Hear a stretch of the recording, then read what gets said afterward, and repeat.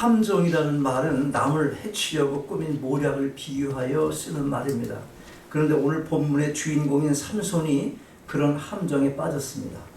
잠언 23장 27절을 보면 이방 여인은 좁은 함정과도 같다라는 말씀이 있어요. 삼손이 바로 그 이방 여인이란 함정에 넘어갔습니다. 함정이 누구라고 여기서? 함정이 이방 여인이라 그랬어요. 지금 시대로 말하면 믿지 않는 여자가 남자들에게 있어서 특히 함정인 것은 분명합니다. 믿지 않는 여자나 남자나 사실은 같은 거예요. 어쨌든 사람이 함정이었어요. 삼손은 블레셋 사람들로부터 이스라엘 백성들을 보호하도록 하나님께서 선택한 사람이었어요. 삼손이 깊게 빠진 함정은 음탕한 여인으로 추측이 되는 누굽니까? 보니까 들릴라 여자였어요. 들릴라라는 여자예요. 이 여자는 블레셋이 어디에? 지금 팔레스티나. 거기 사람들에게 매수되어 있었어요. 블레셋 사람들은 삼손에게 있는 힘의 비밀이 무엇인지를 알고 싶어 했습니다. 전쟁을 하려니까 그 힘을 뺏어야지 이기든지 말든지 할 거 아니냐고. 그래서 왜 그런 힘이 생기는지 어디서 나는지 그걸 알고 싶어 했던 거예요. 그래서 그들은 들릴라에게 무슨 방법을 써서라도 이 삼손을 깨워가지고 다 털어놓도록 하라. 비밀의 그 근본적인 어디야? 그게 출처가 어디냐 도대체 그 비밀스러운 것, 힘의 출처 어디서 나오는 거야? 그거를 알고 싶은 거예요. 그걸 털어놓도록 만들어라. 그렇게 부탁을 한 거죠. 서로 딜을 했어요. 부탁도 아니에요. 이건 사실. 왜냐면 그렇게 해주면 어떻게 해? 각각 은 1100세겔을 주겠다. 그렇게 약속을 한 거예요. 모의를 한 거죠. 모의를. 삼손은 얼마 동안은 여자가 묻는 질문에 요리조리 피하면서 그 비밀을 잘 지켰어요. 여자가 힘의 비밀을 물을 때 칡줄 7개로 묶으면 된다고 했어요. 그래서 블레셋 사람들이 칡줄 7을 가져다 주어 들릴라가 삼손을 묶었지만 바로 끊어버렸어요. 또 거짓말이었다는 거죠. 들릴라가 당신이 나를 속였다며 제발 말해달라고 애원하니까 이번에는 새 밧줄로 묶으면 된다. 또 그렇게 얘기를 했어요.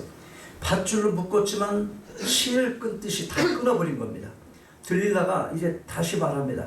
당신이 나를 믿지도 않으면서 어떻게 나를 사랑한다고 그렇게 말할 수 있냐고. 그게 거짓말이라 그렇게 투정을 부리고 끊임없이 졸라댑니다. 그러니까 어떻게 삼손이 죽을 지경이 됐습니다. 16절에 보면 이렇게 말씀해요. 삼손의 마음이 번뇌하여 죽을 지경이라. 삼손의 마음이 번뇌하여 죽을 지경이라. 여자와의 관계를 끊는 길이 가장 좋지 그때.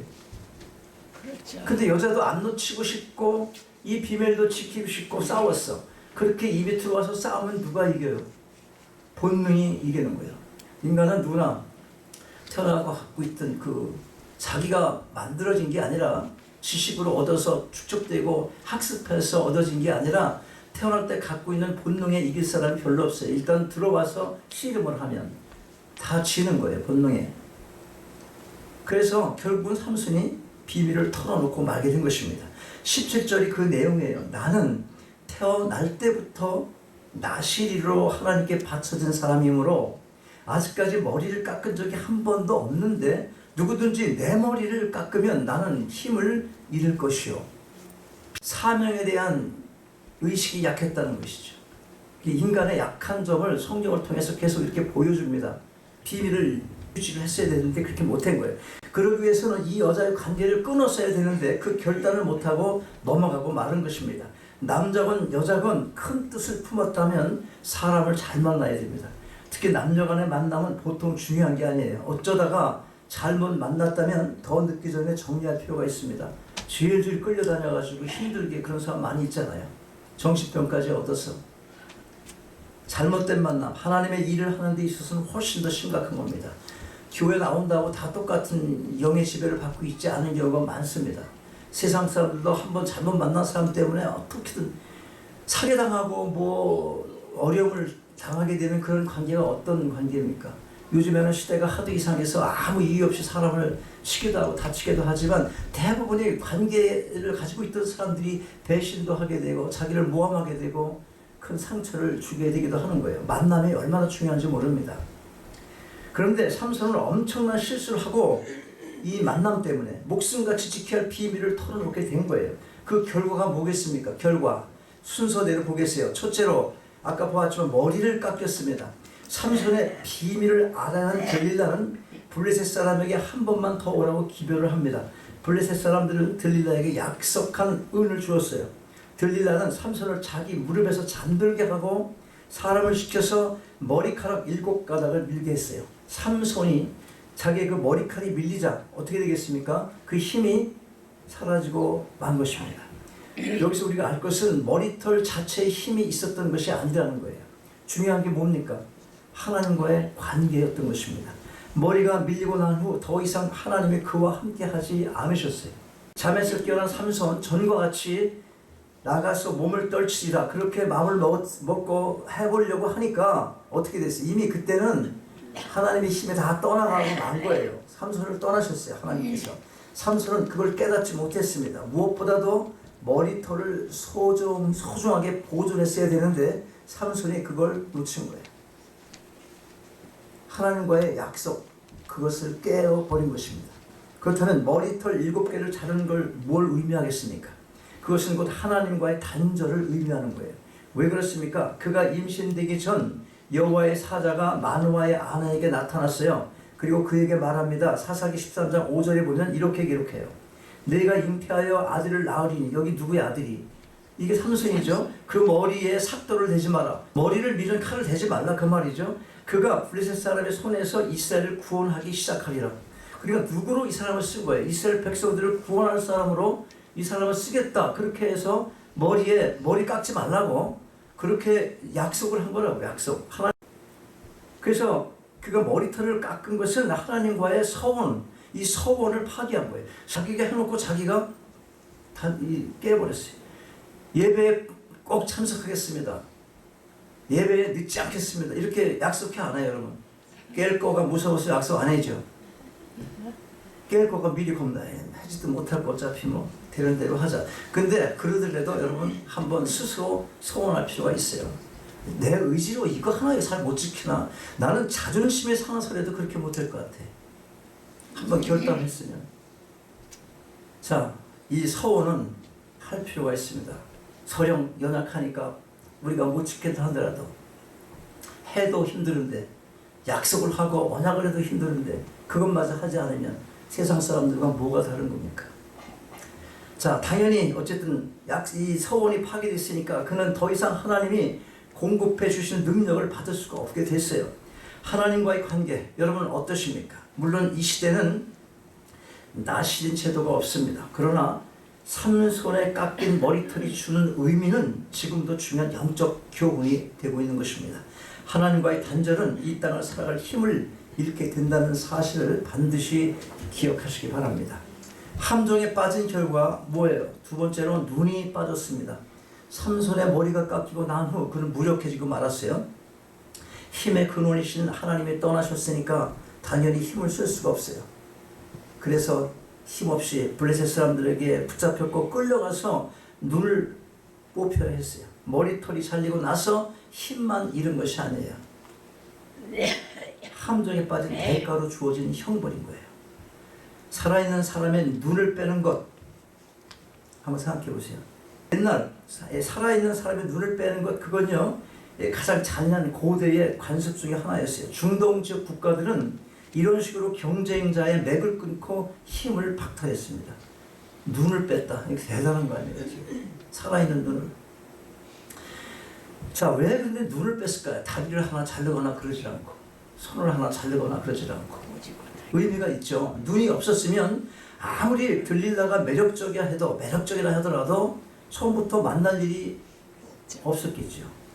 보는 게 뭐야? 보는 게 죄가 되는 경우가 너무나 많은 거예요. 태초부터 그랬어요. 보지도 말고 그랬으면 보지 않았으면 되잖아. 보면 그런 거야. 그 세상 사람들이 자꾸 애벌로 가꾸고 하는 건 다 뭐예요? 유혹거리를 자꾸 만들어내는 거예요. 사람들이 자꾸 보게 하는 거예요. 그건 뭐야? 보게 한다는 건 내가 나타나는 거 좋지만 인기 있고, 그런데 사람들 자꾸 죄를 지을 수 있는 그런 그 확률이 더 많아지는 거예요. 그런 세상에 우리가 살고 있습니다. 보는 것. 요새는 음악도 그냥 듣는 거 재미없어요. 어떻게 해야 돼? 아, 동영상 없어요? 화면으로? 전부 보는 것으로 하는 거예요. 보는 것으로. 눈, 그래서 눈이 빠졌어요. 들리라를 볼 수 있었던 그 눈이 이렇게 형벌을 받은 것입니다. 그 대가를 눈이 반드시 치른 거예요. 보는 것으로 지은 죄의 결과로 보는 능력을 빼앗기게 된 것입니다. 능력도 없는 데다가 볼 수까지 없게 되어 있으니까 그 처지가 말이 아닙니다. 노줄에 매인 삼손은 그 줄을 끊을 힘도 없게 됐어요. 이스라엘의 사사인 삼손이 묶인 채로 끌려다니는 신세가 됐어요. 끌려가서 뭘 합니까? 이제는 맷돌 돌려야 돼요. 맷돌. 여기 다 나와 있는 거예요. 한 번만 읽으면 아는 내용이에요. 맷돌을 돌리는 신세가 됐어요. 죄의 멍에를 메고 고통과 수치의 형벌. 이거 정말 대단한 겁니다. 어떤 사람이, 이 사람이 사사잖아. 하나님의 백성을 구해야 했던 그런 사사로 자기가 쓰임받기를 소원했고, 그런 사람이 눈도 빠지고 머리도 다 밀리우고 깎이고 그리고 주저앉아서 맷돌 돌리고 있는 신세 됐어요. 이거는 노예 아니면 짐승이나 하는 일이었습니다. 그 당시 삼손이 짐승 취급을 당한 것입니다. 가장 힘있고 위대한 사사의 위치에서 가장 천박한 위치로 전락했어요. 가장 비참한 자리에 버려지게 된 것입니다. 여기서 그치잖아요. 두 눈을 뽑고 놋줄에 묶인 채 옥중에서 맷돌을 돌리게 하는 것으로도 모자라서 블레셋 사람들은 자기들의 신전에 끌어다가 죄주를 부리도록 했습니다. 자, 여기서 이제 우리가 얻어야 될 교훈이 무엇이겠어요? 이런 모욕을 당하게 된 삼손은 하나님께 기도를 합니다. 자기가 죽음으로써 원수를 갚게 해달라는 거예요. 자기가 죽음으로써 원수를 갚게 해달라. 이제 시간이 지나면서 머리털이 자라기 시작합니다. 기도했어요. 그리고 났더니 머리털이 자라기 시작해요. 22절에 보면 그의 머리털이 밀리운 후에 다시 자라기 시작하니라. 그렇게 기록합니다. 깎인 머리털은 다시 자라는 것이 당연하잖아. 뭐가 그렇게 대단한 겁니까? 기도했더니 머리털이 자랐어. 그렇게 말하면 목사님, 누구든지 머리털 밀면 자라는 거예요. 무슨 뭐 기도했다고 자랍니까? 그렇게 생각할 수 있죠. 근데 그런 게 아니었어요. 이 삼손에게 있어서 머리털이 자라는 것은 특별한 의미가 있는 거예요. 그것은 나실인으로서 다시 회복되는 일이었던 것입니다. 삼손이 때늦은 해결을 했어요. 바로 이것을 오늘 우리가 마음에 새겨야 할 것입니다. 여러분, 인생을 살면서 실패를 경험하지 않은 사람이 어디 있겠습니까? 실수하지 않은 사람 어디 있어요? 누구나 이런저런 실수도 하고 실패도 합니다.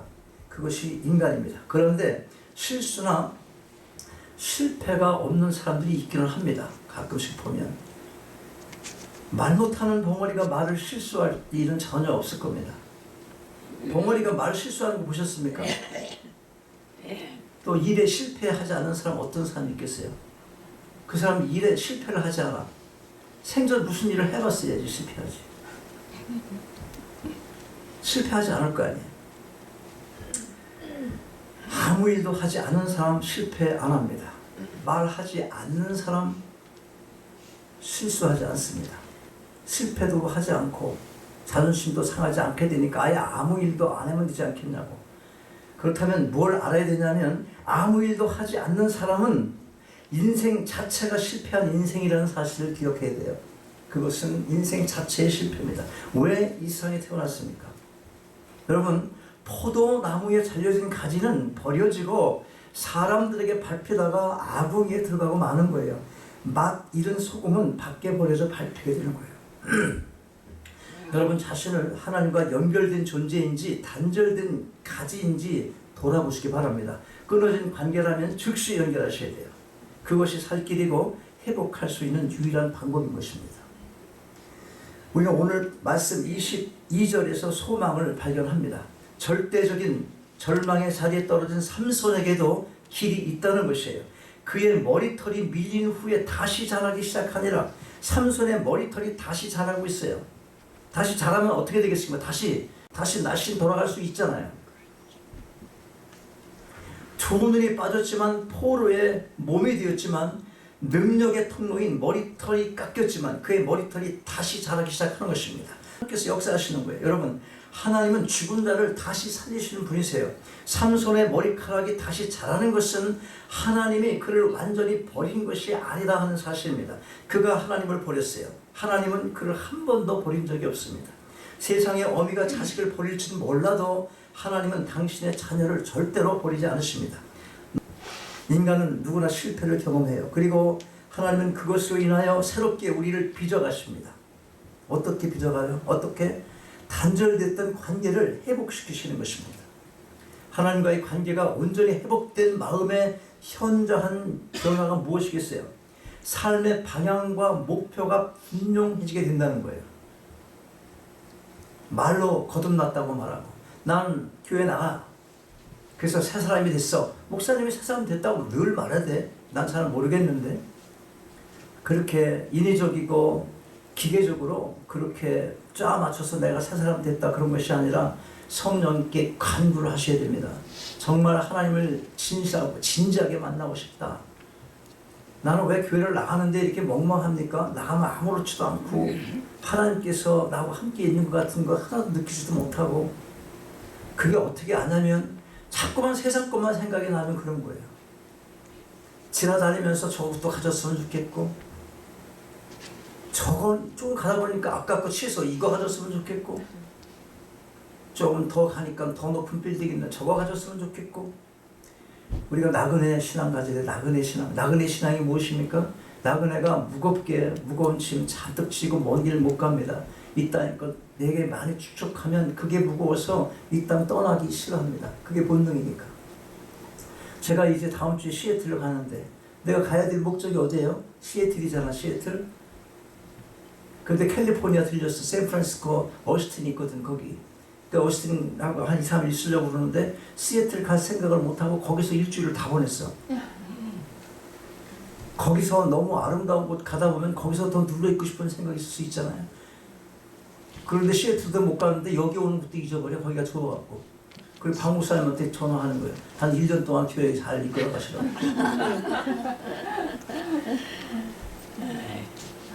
뭘 얘기하는지 아시죠? 우리가 이 땅 열심히 사는 건 당연합니다. 그렇게 살아야 돼요. 실패도 하고 실수도 하면서. 그러나 오늘 삼손 머리가 다시 자란 것처럼 다시 시작할 수 있는 기회를 하나님이 주시는 겁니다. 회복시켜 주시는 거예요. 하셔야 됩니다. 뭐든지 하셔야 돼요. 너희는 먼저 그의 나라와 그의 의를 구하라. 이게 가장 중요한 말씀인데 이게 그렇게 쉽게 들어오지 않죠. 구하라. 그의 의를 구하라. 그리하면 이 모든 것들을 너에게 도와주시리라. 우리가 가장 목표 어디다 둬야 되냐면 너희 먼저라고 해서 먼저 너희는 먼저 그의 나라와 그의 의를 구하라. 하나님 말씀대로 살아갈 수 있는 그러한 내 자신의 변화를 먼저 요구하세요. 그러면 그게 하나님 나라 백성 되는 겁니다. 그러고 나면 거기에 살 수 있는 모든 조건적인 것들을 하나님께서 책임져 주시겠다. 그렇게 말씀하시는 거예요. 여러분 겨자씨 하나를 자기 밭에 심으면 자라서 큰 나무가 됩니다. 그리고 새들이 깃들게 돼요. 겨자씨 같은 믿음을 여러분의 마음에 심으시기 바랍니다. 하나님과의 관계만 올바르다면 그 씨가 자라서 필요하다면 산을 들어 옮길 만한 힘도 하나님께서 부어주실 것입니다. 실수를 하고 실패를 경험하셨습니까? 그러나 그것은 이미 지나간 것입니다. 삼손에 밀린 머리가 다시 자랐어요. 잘못된 것은 그게 무엇이든 다 잊어버리고 하나님과의 관계를 올바로 세우셔서 새 힘을 얻으시고 다시 시작할 수 있는 여러분 모두가 다 되시기를 주님의 이름으로 축원합니다.